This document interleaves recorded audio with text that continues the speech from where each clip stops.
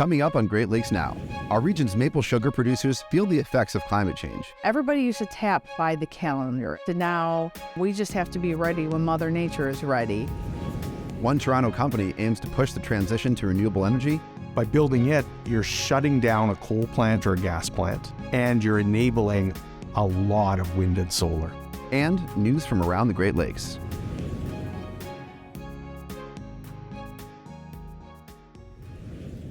This program is brought to you by the Fred A. and Barbara M. Erb Family Foundation, the Charles Stewart Mott Foundation. The Consumers Energy Foundation is committed to serving Michigan, from preserving our state's natural resources and sustaining our future, to continuing business growth, academic achievement, and community involvement. Learn more at consumersenergy.com/foundation. The Richard C. Devereaux Foundation for Energy and Environmental Programs at DPTV. The Polk Family Fund, and viewers like you. Thank you. Hi, I'm Ward Detweiler. Welcome to Great Lakes Now. PBS has announced an environmental and climate programming initiative that explores the impacts of climate change on the country and planet. You'll hear more about that programming later, but first, we're taking you to two stories about climate change, its consequences for our region, and how we're adapting to it. Our top story is about maple syrup production and how our changing climate is making it more difficult. Great Lakes Now contributing reporter Capri Cafaro takes us to Northeast Ohio, where one local producer is having to adapt. Chardon, Ohio is maple country, and Jen Freeman, president of Richard's Maple Products, is a fourth-generation maple producer. Tell us a little bit about Richard's Maple Products and how you and your family are connected to it. My great-grandparents started this back in 1910, and we've been going ever since. And I feel like we're really a staple in this community. Freeman's operation includes a general store stocked with a wide variety of maple products, including syrups, candies, and rubs, a sugar house for producing sap, and a 3-acre sugar bush. That's the term for a grove or orchard of sugar maples where the sap comes from. Historically, the weather in this region has been perfect for maple production. One of the blessings and the curses of Northeast Ohio is the snowfall.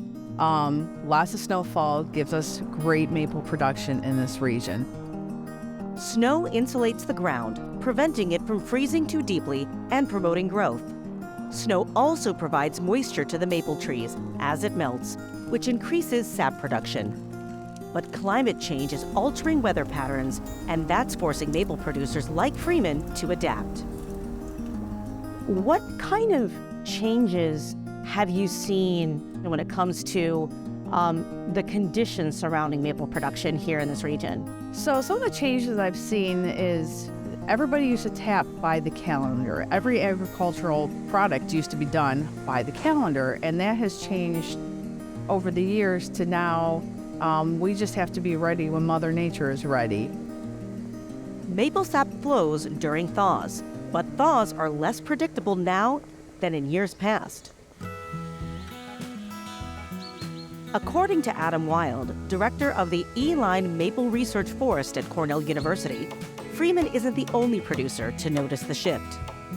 That maple season has moved up a couple weeks and is oftentimes starting sooner now and is more sporadic. So instead of being cold all winter and then, gradually thawing out, we're finding that we're getting, some thaws in January, maybe a week where it's warm again in February, and then in March. And so we're getting kind of these short, little, multiple seasons throughout the year. And so that makes it more challenging as a maple producer. To stay ahead of climate change, producers must adapt their operations so they don't miss a single maple flow. And Freeman has done just that.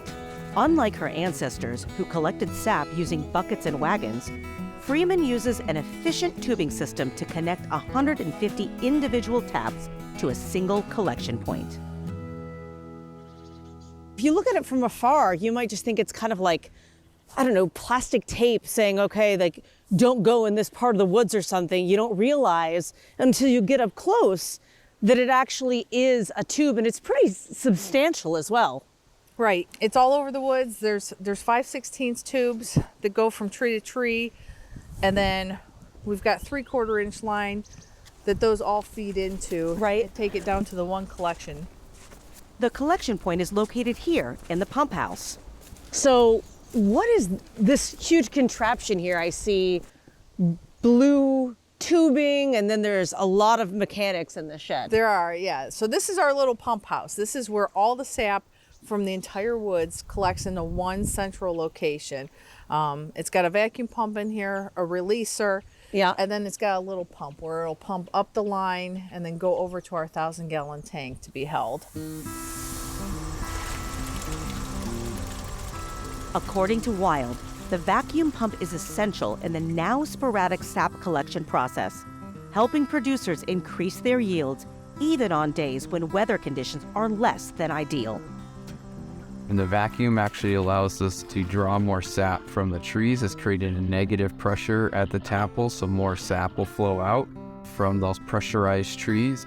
And so we're able to gather more sap from those trees. The tube and vacuum method streamlines the collection process and greatly increases sap yields. Without it, climate change would make it tough for some producers to survive. And there are other challenges too. According to Wild, with more sap flowing sporadically and on unseasonably warm days, producers need to process sap fast before it spoils. I like to think of maple sap as kind of like milk, and you wouldn't keep milk out on a 70-degree day for too long because it's going to spoil, right? And so the maple sap is kind of like that. If we have that, especially in an open top tank or sitting in a bucket or traveling down through your tubing lines, it's going to heat up, and there's microbes that can get in there and can spoil it. And so if that sap starts to ferment too much, it's going to give off flavors when we cook that down into maple syrup. A tool in the sugar house reduces the time and energy it takes to produce sap into syrup. We're here in the sugar house, which is where kind of the magic happens, where sap starts to turn into syrup. The sap then comes in and it goes into this very fancy piece of equipment. Tell me about what's in here. So it's the reverse osmosis machine in here. And this allows us to process so much quicker. We don't have the colder days to be able to keep sap. Right. So we need to process it as quickly as possible. So it's the best quality sap we can have. And this allows us to do that. So we're able to remove anywhere from 50 to 95% of the water before we even boil that down into maple syrup. So instead of taking 40 gallons of sap and boiling down to make 1 gallon of syrup, we're now taking 4 gallons of sap and boiling that down to make 1 gallon of maple syrup. It saves a huge amount of energy in that boiling process. It allows us to make more syrup a lot quicker. And it's just a lot better that there's a lot less energy use going into, so we're reducing kind of that carbon footprint for maple syrup. Outside of the sugar house, another adaptation producers can add to mitigate climate change is smart forest management. We need to think about making sure as maple producers that we have resilient forests and that we are managing our forest for resiliency.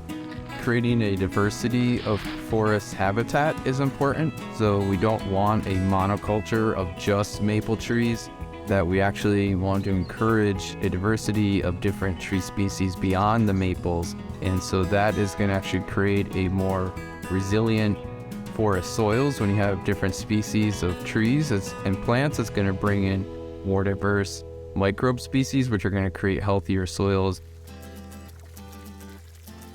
Despite the challenges of climate change, the future of maple remains sweet. Where do you see the maple industry and maple production in particular going in the next 100 years? From a sales consumer standpoint, I think that will continue to be strong.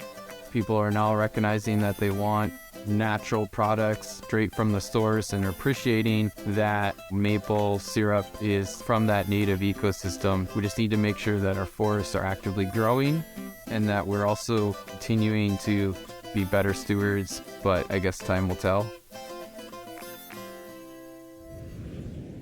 When she isn't reporting for Great Lakes Now, Capri Cafaro also hosts the podcast Eat Your Heartland Out, which covers the often overlooked culinary depth of the Midwest.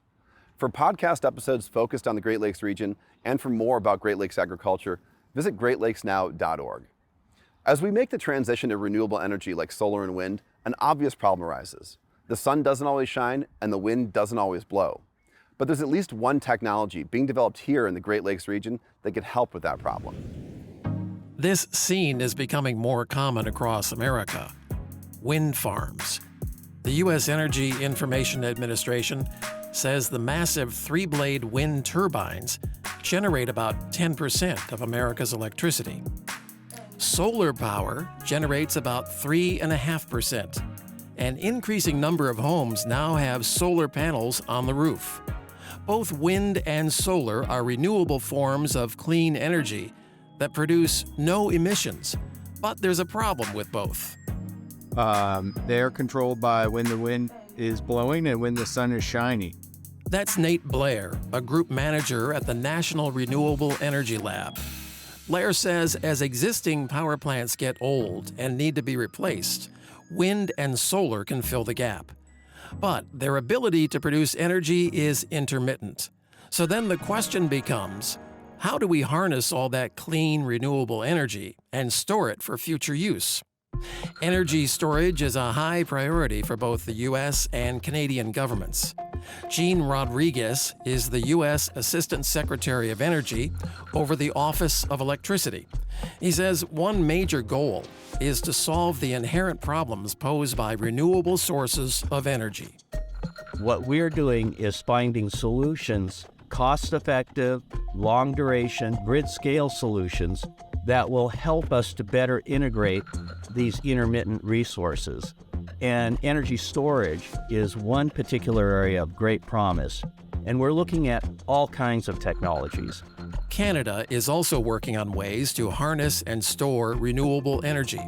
Todd Smith is the Minister of Energy for the province of Ontario. If you're going to put renewables on the grid, then you have to have a backup supply, or you have to have the ability to store it. We've always said that storage was sort of the holy grail when it came to renewables. One solution for energy storage already in use is something called pumped hydro storage. This may look like just an ordinary lake, but this body of water near Ludington, Michigan, is really stored up energy. Water is pumped uphill from Lake Michigan and stored in a reservoir. When the water is released and tumbles downhill, it spins a series of turbines that generate electricity. It's an old technology, and it still works. But there are limitations to pumped hydro. The biggest one?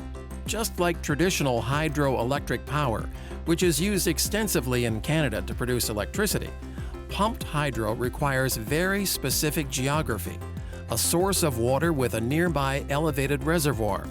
There are only so many locations where you can build. It's difficult to build new pumped hydro storage because of the locational issues, and so people are adding batteries to the grid in large quantities today. Batteries are another form of stored energy currently being used. But as any cell phone user can tell you, batteries have their limitations too. And as the demand for electricity goes up, that means larger, more efficient batteries will be needed, and that gets costly. You really want a storage device that can have a lot of duration, a lot of number of hours, without a lot of additional cost. So if batteries don't cut it, and there's no room to expand pumped hydro storage, what's left? Unfortunately, any type of form of energy storage has been really difficult to produce and comes with a lot of trade-offs. And so that's why we're here, because we think we have a really good solution for it. John Norman is president of HydroStore, a Canadian company headquartered in Toronto, offering a modernized version of an old technology to capture and store energy. And so what we do is we store energy in the form of compressed air. We just run a compressor with off-peak electricity. We store that high-pressure air underground, and when the grid's ready and needs it, then we release it through a turbine. The first patent for compressed air energy storage underground was issued in the U.S. in 1948. The first plant was built in Germany in 1978. Technical advances since then with heat retention have increased efficiency of the system.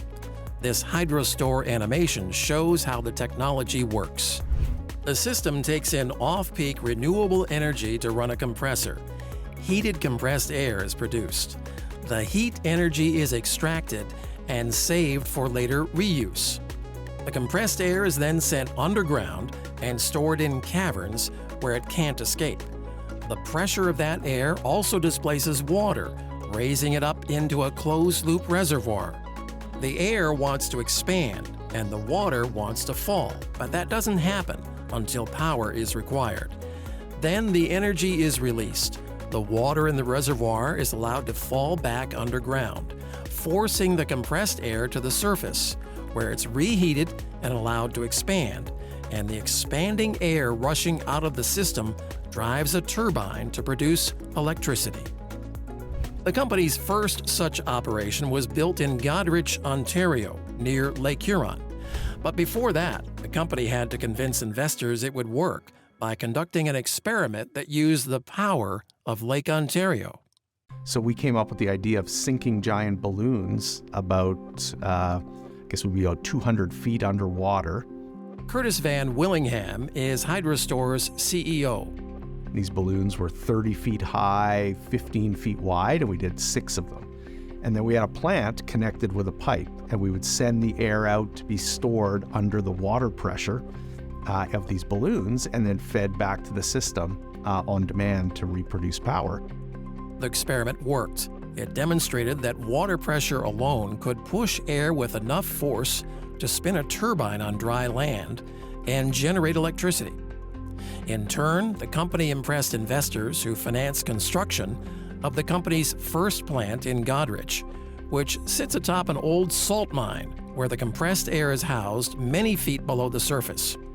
According to the company, the plant stores up enough energy to power hundreds of homes in that area. HydroStore says storage plants like this can be built almost any place where there is solid rock underneath. In one of those plants, by building it, you're shutting down a coal plant or a gas plant, and you're enabling a lot of wind and solar, about 5 times as much.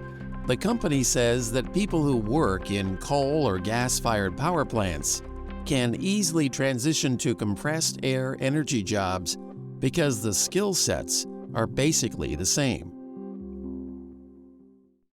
So 3 basic ways to store renewable energy: pumped hydropower, batteries, and compressed air. Which method will be best for the demands of our 21st century power grid? The bottom line is this. We're not picking a winner in the energy storage race. What we're doing is trying to enable each and every technology, each and every approach to find its way onto the grid in a way that serves the American people. While we are not anywhere close to 80% renewable energy today, we need to be doing the research and developing these technologies, these long-duration storage technologies, so that in 10 years, 15 years, etc., when we really start to need them, they are developed, they are commercial, and they are ready to deploy onto the grid. For more about climate change and how our region is adapting to it, visit greatlakesnow.org. And now it's time for The Catch, where we put a spotlight on reporting from and about the Great Lakes. The U.S. Environmental Protection Agency has proposed nationwide rules for limiting the amount of toxic forever chemicals known as PFAS in drinking water to trace amounts. MLive reporter Garrett Ellison has been following this story. It's an important moment in public health in the United States. It's the first time that the EPA has proposed to regulate a drinking water contaminant in decades. The term PFAS refers to thousands of chemicals that have been widely used for decades, often to make items waterproof, stain-resistant, or non-stick. The new rules would require utilities to treat drinking water if the individual chemicals PFOS and PFOA are measured above 4 parts per trillion, or if a combination of other PFAS chemicals exceeds a calculated threshold. there was a lot of applause from the activist community who have been pushing for very stringent nationwide rules just like this for a long time. However, some utilities and water providers see the situation differently. They look at this as sort of an unfunded mandate and say, you know, this is going to be expensive to comply with, and it's very likely to raise water rates on customers. There's also the possibility of funding coming through federal grants. As details will continue to unfold, Garrett says the EPA is proposing to finalize the new limits by the end of 2023. However, most people are expecting that deadline to be pushed because it's expected that there will be some challenges to this in court, which could, extend the timeline for implementation. Although nearly half of all U.S. states have some PFAS drinking water regulations, the new standards would be the first enforceable national standard for a contaminant in drinking water in decades. Garrett says the national guidelines are a move in the right direction when it comes to cleaning up drinking water, but he says it's important to remember that these contaminants show up in a lot of other places too. People get PFAS exposure through food. The food packaging materials, they can be exposed through clothing, cosmetics, carpeting. There's a lot yet to come, when it comes to news on PFAS. It's not hard to find stunning views along the Great Lakes shorelines, but journalist Jacqueline Kehoe recently explored the little-known volcanic history of the region in a story for National Geographic. Basically, 1.1 billion years ago, the country, the U.S., was ripping apart. And it was happening right through the Midwest. So we are talking a molten sea, a lava ocean, just right in the center of the country. And the broken heart of the country was right in Lake Superior. This thing stretches for 1,300 miles. This massive event is known as the Mid-Continent Rift, and the volcanic rocks it left behind are distinct and still visible at multiple sites along Lake Superior's shoreline, including at the Porcupine Mountains Wilderness State Park in Michigan's Upper Peninsula. They're extra cool, I think, because they're rhyolite. And rhyolite is a stickier, more explosive rock that usually forms stratovolcanoes. And the fact that you can find that in Michigan is so wild. Almost any land along Lake Superior is likely to have evidence of volcanic activity, including Michigan's Keweenaw Peninsula, Cooper Falls, and interstate parks in Wisconsin and the Apostle Islands. People tend to revere the landscapes out west as being the most beautiful, when truly there's nowhere like Lake Superior. It is one of the deepest, cleanest lakes in the world, and it sits in this amazing volcanic basin that has seen 1 billion years of fire. It's so cool. It does not get the reputation that it deserves. The long-running PBS show Nova has recently announced a new initiative called Climate Across America. Producer Caitlin Sachs says that this is just the latest in a long line of Nova content about our changing planet. This project was built around trying to create and foster really engaging conversations across the country about this issue. We feel that it is our role to help inform the public about what is really going on and help foster productive discussions. The first program, Weathering the Future, looks at 5 different regions across the United States and how those communities are adapting to the effects of climate change. We chose our locations in order to sort of sample what some of the biggest impacts are to the country and look at solutions that can be used to start to address some of those impacts. The second program is Chasing Carbon Zero, which explores the ambitious emissions goals recently set by the U.S. government and how we plan on achieving them. Chasing Carbon Zero really looks at how do we stop making this problem worse? How can we stop the climate from changing so much that we're going to face really, really dire consequences? Part of the Climate Across America initiative involves engaging other PBS stations to help amplify what their communities are doing to tackle the climate crisis at the local level. We've been working with 10 stations around the country to help them create content that will be put out and shared on social by their station and also amplified by Nova, as well as working with middle and high school students to help them learn how to create content on climate change. Even though climate change is an urgent issue that needs to be addressed, Caitlin hopes that the storytelling in Climate Across America gives viewers hope for the future of our planet. My hope is that viewers walk away with a little bit of inspiration. The climate challenge is big and the stakes are high, but it is possible. I mean, there are a lot of creative, brilliant people working on this problem, and there is hope. And in fact, it's something that anyone can be a part of. In fact, everyone kind of has to be a part of it. Thanks for watching. For more on these stories and the Great Lakes in general, visit greatlakesnow.org. When you get there, you can follow us on social media or subscribe to our newsletter to get updates about our work. See you out on the lakes.